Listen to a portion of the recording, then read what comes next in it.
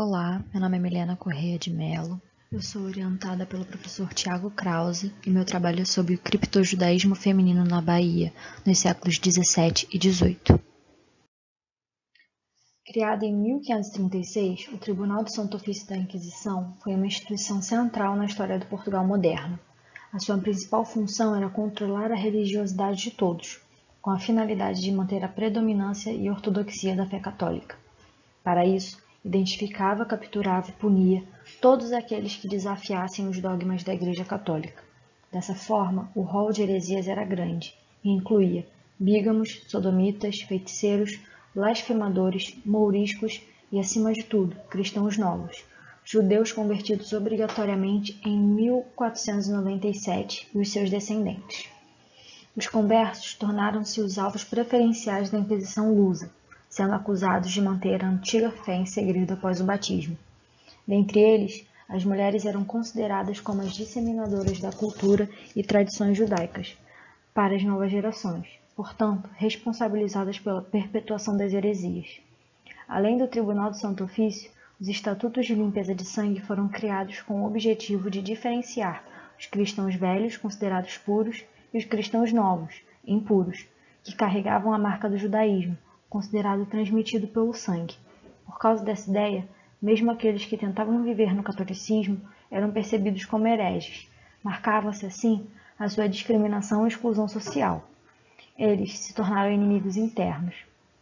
Como forma de resistir a essa exclusão, os cristãos novos se uniram e muitos recorreram à migração. Dessa forma, alguns deles chegaram ao Brasil e conseguiram se assimilar na sociedade.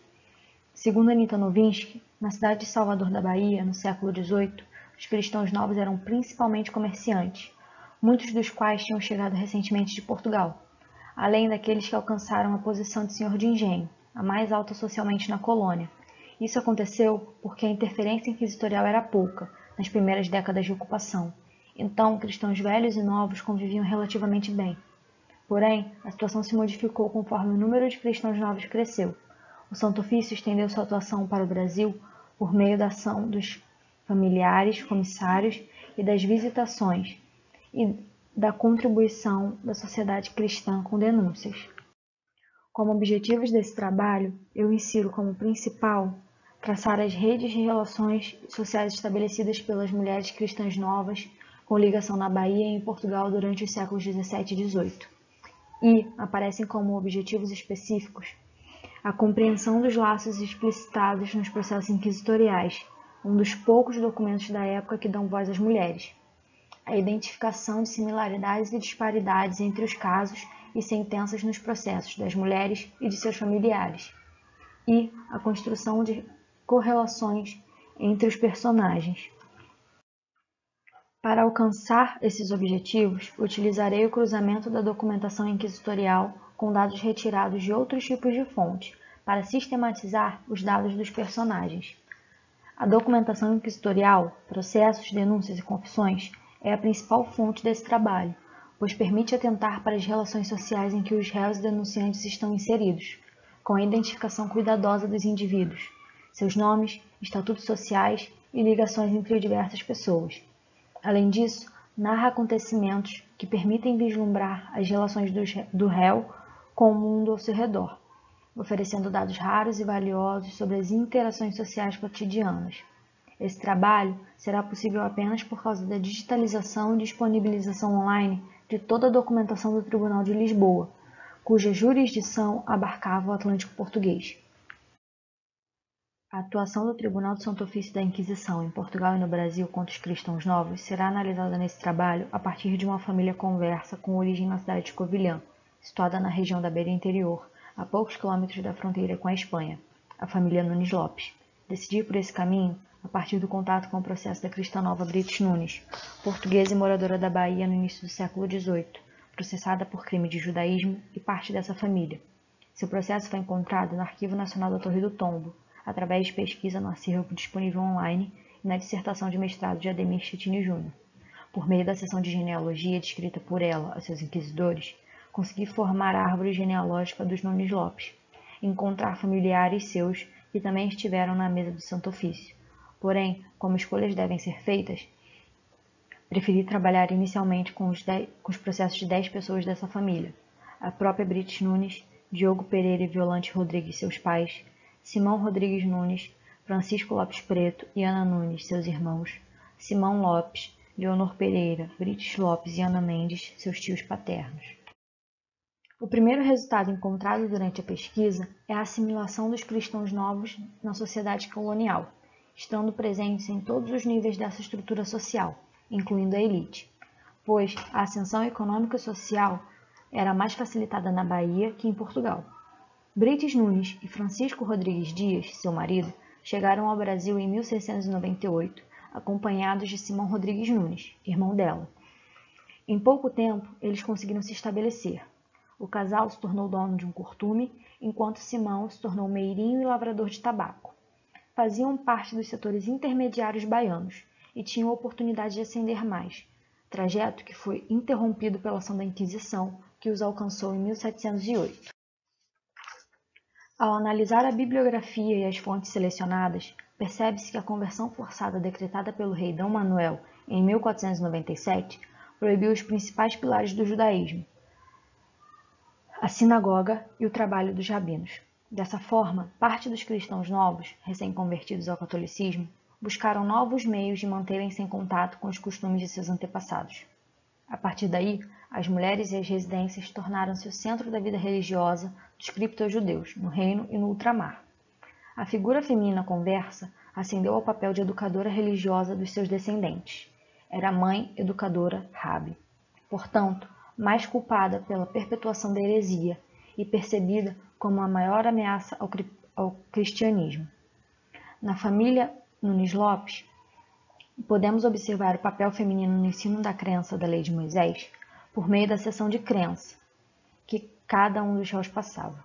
Nessa sessão, a primeira pergunta feita aos réus era: quanto tempo há que se apartou da nossa santa fé católica e se passou a crença da lei de Moisés?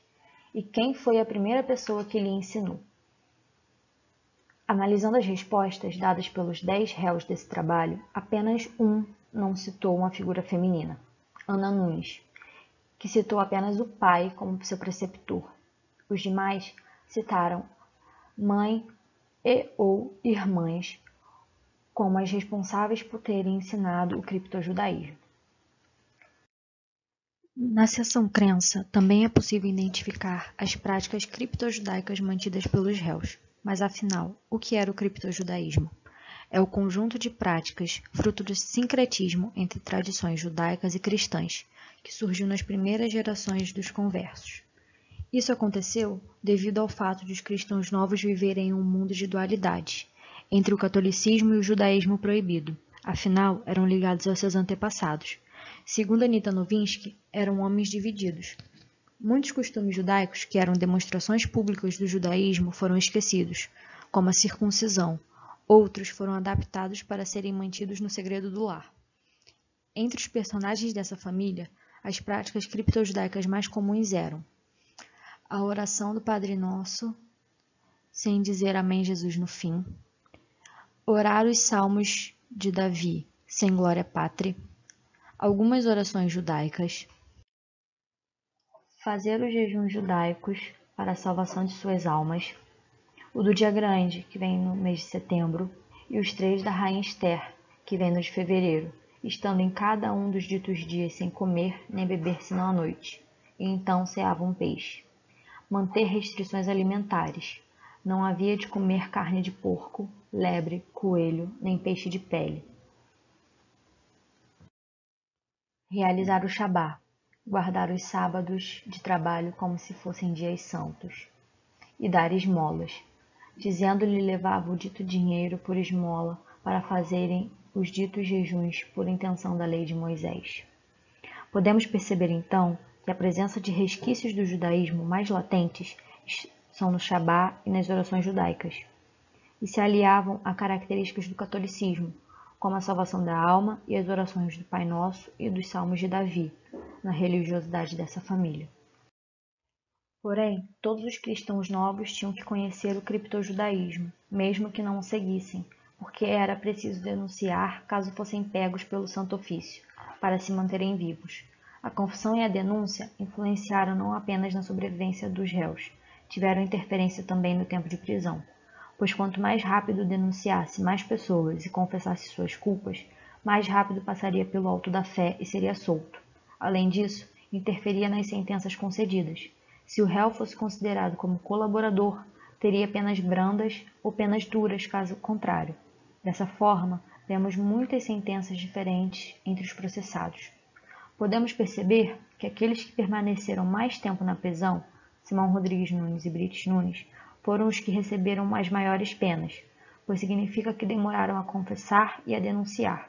Tiveram os bens confiscados, tempo em cárcere e tiveram que vestir o hábito penitencial, por 3 a 9 meses, no caso de Simão Rodrigues Nunes, e 5 anos, no caso de Brites Nunes. Francisco Lopes Preto, apesar de ter ficado apenas 9 dias, também foi condenado ao confisco de bens, cárcere e hábito penitencial perpétuo, que durava 3 anos. Isso poderia ocorrer porque a sentença não dependia apenas de confessar. A confissão deveria ser considerada sincera e completa para que o réu pudesse dar mostras de arrependimento capazes de convencer os inquisidores. Nos casos em que o tempo de prisão está marcado com asterisco, significa que não podemos marcá-lo com exatidão, pois as sentenças foram concedidas anos depois dos processos terem sido iniciados, pois eles foram pausados e retomados posteriormente. A Inquisição precisava manter as prisões para justificar sua existência, por isso as denúncias eram fundamentais. Além disso, era interessante para os inquisidores que os réus fossem sentenciados ao confisco de bens, pois eram essas propriedades e o pagamento das custas dos processos que sustentavam o funcionamento do tribunal. Para que isso acontecesse, poucas chances de defesa eram dadas aos réus. Além disso, usavam de toda a violência psicológica e física para extraírem as confissões. Os réus eram influenciados e levados às últimas alternativas, o tormento, como aconteceu com Brites Nunes, até que confessassem todos aqueles que haviam dito contra si e denunciado mais pessoas. Levando essa questão em consideração, não é fácil validar as palavras dos réus durante alguns momentos do processo, principalmente durante a tortura, porque falavam que os inquisidores queriam ouvir para cessar seu sofrimento. Não necessariamente era a verdade.